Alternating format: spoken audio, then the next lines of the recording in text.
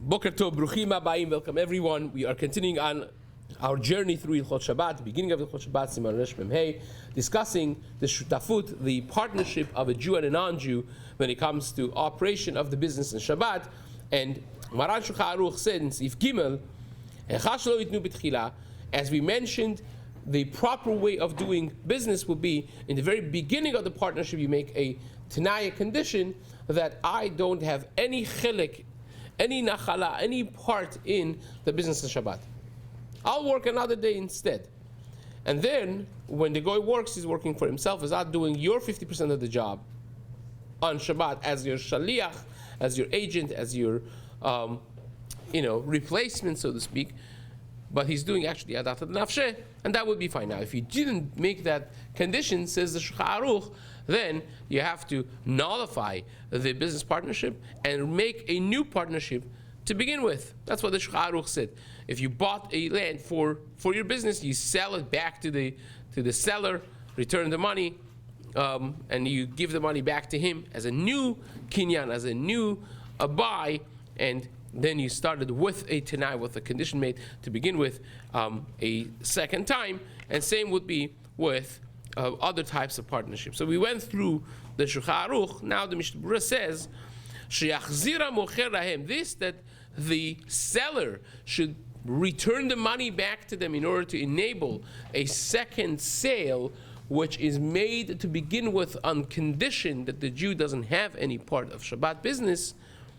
In Choshen Mishpat, we discuss this, that it has to be a new kinyan.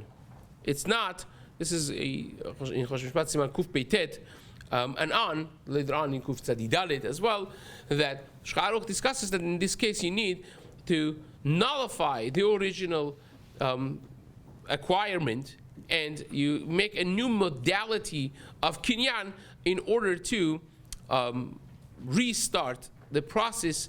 And when you restart it based on this condition that the Jew has no part in Shabbat.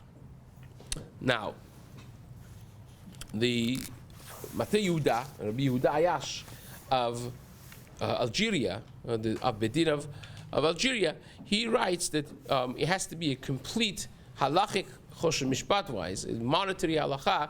It has to be a nullification of the original shutafut, of the partnership that they had, in a way that halachically it works, right? So that's why you need hachzarat karka. You need to return the land to the seller, and you need a kinyan sudar.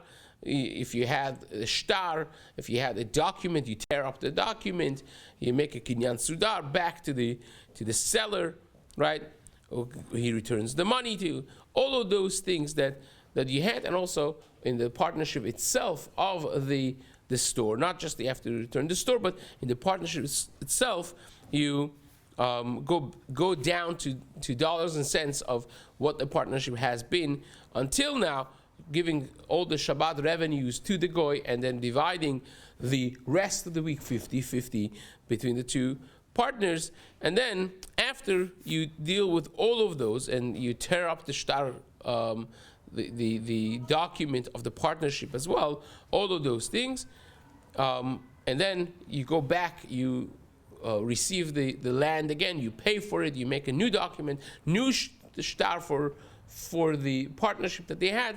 All of that is redone basically in order for it. It's not like a trick that you say, oh well, we made a mistake over here, now from now on it's going to be. That doesn't work. It has to be something that's viable halachically, that it actually works in the parameters of Choshen Mishpat aspect of things. So says the Mishnah Berura. Ve'im yirtzeh Now, the Shulchan Aruch and the Rama explained different aspects of this, and the Rama added that if you want to rent to a non-Jew your chelik on Shabbat, or to give it bekibolet, bekavlanut, it means a contract job, is mutar.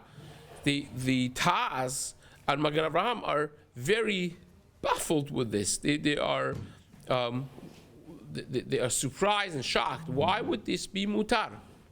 Why would that be mutar? It's not similar to what the Rama quotes from Siman Resh Mem Dalit, because over there, the reason that is mutar, as we discussed, is because of pseda. There, we talked about a person that bought the rights of collecting taxes for the king. So depending on how many people are going to be taxpayers, let's imagine the tax amount would be $2 million, $2.5 million. So the king sold it to this yid for $2 million. This way the king gets his cash right away. The Jew gets $500,000 in revenue if he charges before the next fiscal year.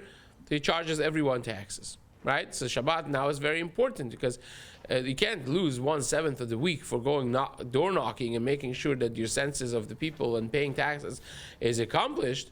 So therefore, it's a hefsed merubah. We mentioned that Chazal were concerned that if you don't give him the allowance to do this, he's going to do it anyways, and he's going to do it in a way that's asur.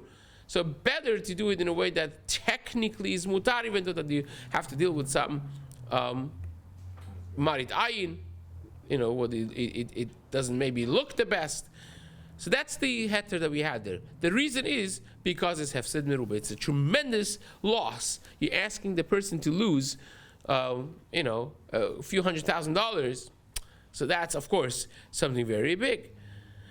Over here, we're not talking about something that you're going to lose necessarily a lot of money. But Magen Avraham answers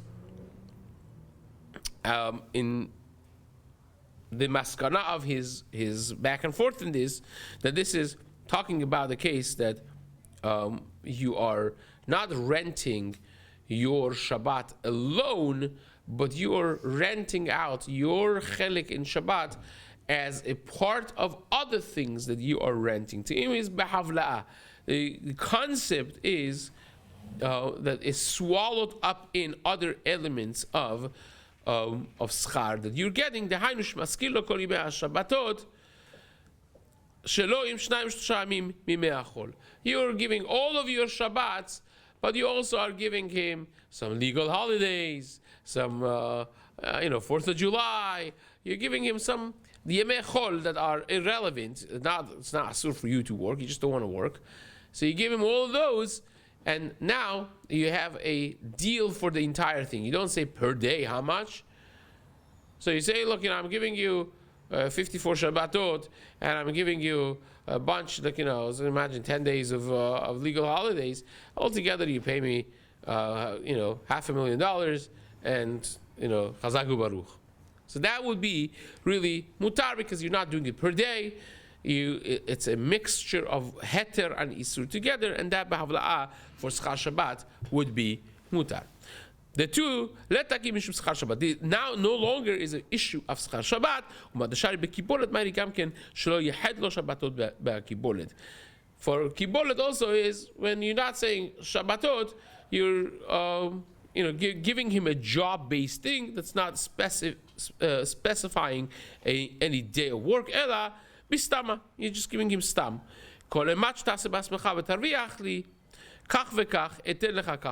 Any time that you work on your own and you make revenue, I give you a percentage, or I give you a set amount. And the chidush is that it's not considered marit ayin to say that people will say this guy is working for the Jew, right? Because it's known that the Jew has a chelik of this business, and therefore, it's lav davka. It's not exactly like the case in Siman Resh Mem Dalet in the previous Siman by the issue of taxes, but here is conceptually similar. That just like over there, Chazal were not concerned about marit ayin, over here also Chazal were not concerned about marit ayin, but for a different reason. So that's the Magen Avraham, right? That's the Magen Avraham.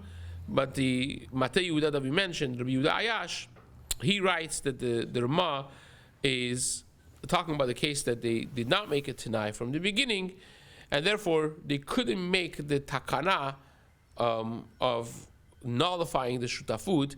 And in that case, the Rama says that you could have it fixed in a different way through renting your chelek to the goy, and that would be also an alternative option, that the goy will take all of the revach of Shabbatot alone, and then he's giving you a schachar for that behavlaa or bekibolet, the way we discuss right now.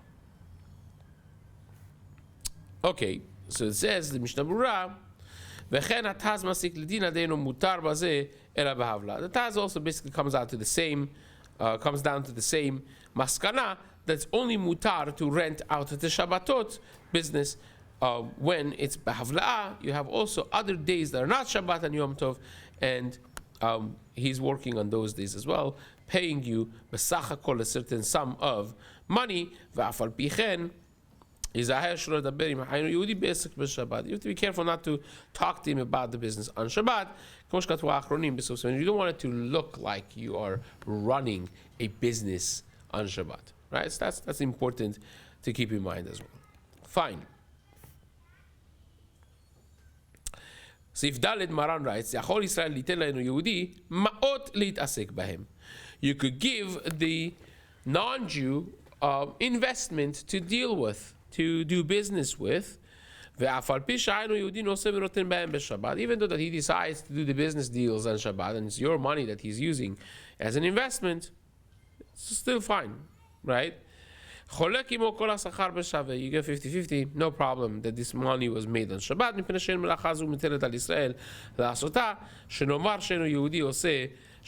It's not on the Jew anymore. You give the money and you say, okay, you go do business the way you see fit, and he decides when and how to do business with the money, and that's not your business, pun intended, right? That's it's him investing your money and giving you a certain percentage, and that would be completely mutar because he's doing it, adat nafshe is doing it for his own sake. It's not on the shoulder of the Jew to do it, and the non-Jew is not doing the agency of the Jews, not the shlichut. And also the business, no one knows what it is. You got money, and he's going to go buy item A and sell it. You know, nobody knows, nobody cares who the merchandise belongs to. So even though that it was bought with your money, you know, you support the investment aspect of the business, still will be fine. The Rama writes, the only person that deals with the ma'ot, with the money, is the goy. But if you have the same pot of money, and the goy deals with it on Shabbat, the Jew deals with it on Sunday, then it's going to be more complicated, because then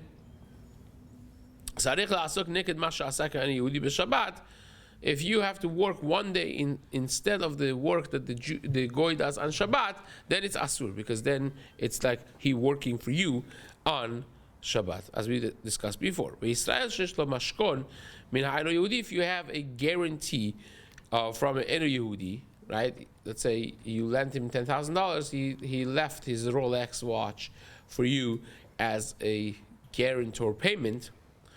And we're going to discuss that in later Simanim Be'ezrat Hashem. So it says the Mishnah Berura, because if the job would be upon the Jew to complete, he would have an expectation to be involved with the business on Shabbat because it's under his name as well, then it would be Asur. Medina will be Asur, not just because of Marit Ain. Technically it will be a problem.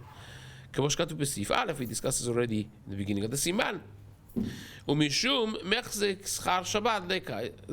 mutar, it's not a problem of looking like Sechar Shabbat. It's not a problem, It's not your job. You gave it away. You outsourced it, and therefore it's fine. You are funding the project, but you're not dealing with when and how the business is going to be done, and therefore it's not going to even look like schar Shabbat, because it is with havla. You're putting it in a bigger deal that includes other days as well. Ayin lekaman siman shin zayin mash katafti b'Mishna Berura. Fine. The Mishna Berura writes on the words of the last words of the Shulchan Aruch. The additional reason the Shulchan Aruch offers is because nobody knows who the business belongs to. You paid money to the goy went and invested in something. Nobody knows necessarily the Jewish money is as green as anything else, right? And what he buys with it, nobody knows either. So therefore, there's no problem of marit ayin that people should say that the non-Jew is working for him as a schirium, because nobody knows who the business belongs to. If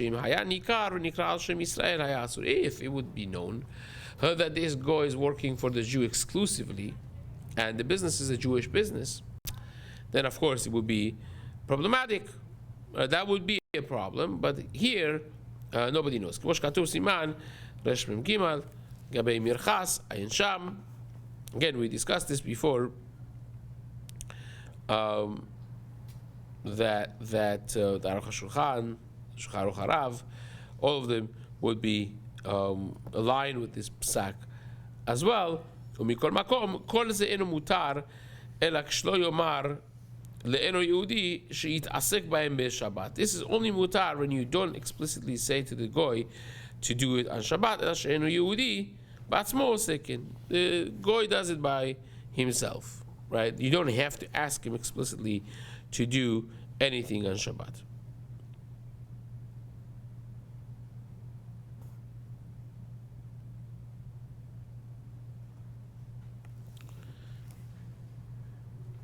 The Mishna Berura writes, the last piece over here that we're going to discuss today, in Ot Yutet, the Mishna Berura is going on the Rama that if a person is not doing business on his own, the goy, but it's a trade-off. That means you do Shabbat, I do Sunday.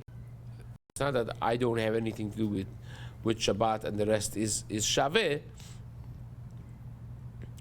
but it is that he deals with it on Shabbat, and I deal with the same pot of money, with the same business on a different weekday during the week. That is a problem. It's asur, says the Mishna Berura. The reason is im lo shehitna kodem shnishtatef imo b'chanal. That's of course excluding the case that in the very beginning you made that condition. Says Shabbat, I have no part. Sunday is mine.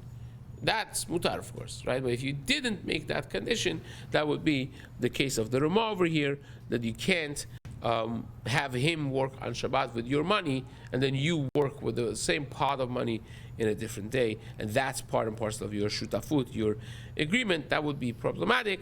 But again, if you made that condition from the very beginning, that would be just fine, which basically concludes Seif Dalit of the Shulchan Aruch over here. But Hashem will pick up where we leave on Seif Hey in the next shiur.